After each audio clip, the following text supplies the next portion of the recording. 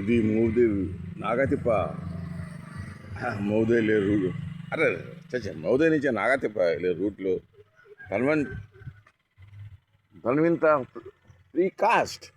So ఈ cell నెంబర్స్కి ఎవరైతే మరి స్థలాలు కొనుక్కోవాలో వచ్చి చక్క మరి సుబ్రహ్మణ్య స్వామి గుడి దగ్గర ఈ ప్రాంతం. సో అంటే పొలాలు కూడా రైతు అమ్మేసుకుంటున్నాడు, వ్యవసాయం చేయలేక అమ్మేసుకుంటున్నాడు. దౌర్భాగ్యం మన దేశంలో.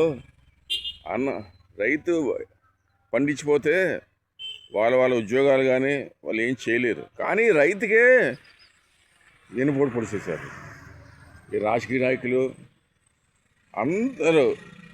ప్రభుత్వం వాళ్ళు మాత్రం ఏం చేస్తారులే, రాజకీయ నాయకుడి వెనకాల చెప్పు ఎలా చెప్తారో అలా చేయాలి, మరి తప్పదు కదా అది.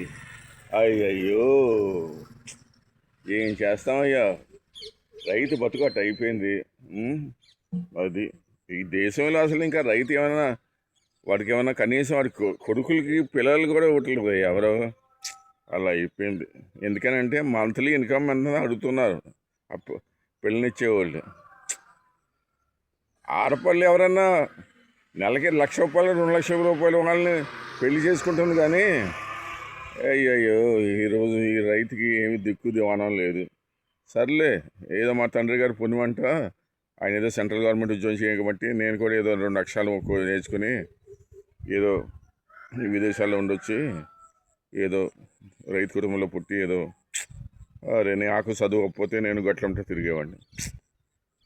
నారాయణ నారాయణ శివ శంకరనామ నమో నారాయణ నారాయణ నారాయణ. రైతు వ్యవస్థ అలా అయిపోయింది అయ్యా బతుకు. పాపం వాడు పొలాలే అమ్మేసుకుంటున్నాడు డబ్బు కోసం. అరే వాడు మాత్రం ఏం చేస్తాడు పాపం, వ్యవసాయం చేసినా కూడా ఏం మిగలటలేదు, అంత అప్పులతో భారం తప్ప అందుకంటే ఏమీ లేదు. నారాయణ నారాయణ.